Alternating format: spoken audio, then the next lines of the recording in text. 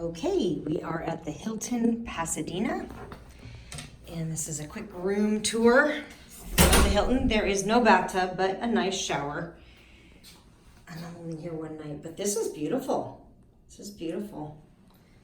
Beautiful, nice, big open space, big closets, nice giant closet. And I flew in overnight. What's in here?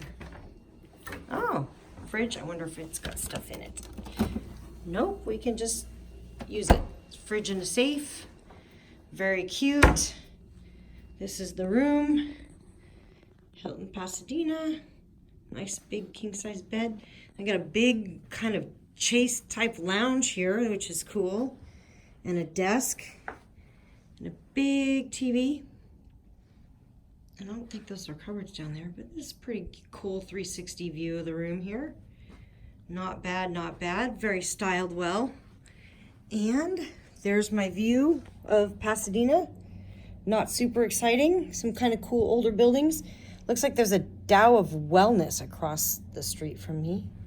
I go see if they can work on my hip. And this is Pasadena. So the view is always my favorite part of the room. It's always interesting to see different cities. Very cool. Well, this is it. Pasadena. Hilton. Ta-da!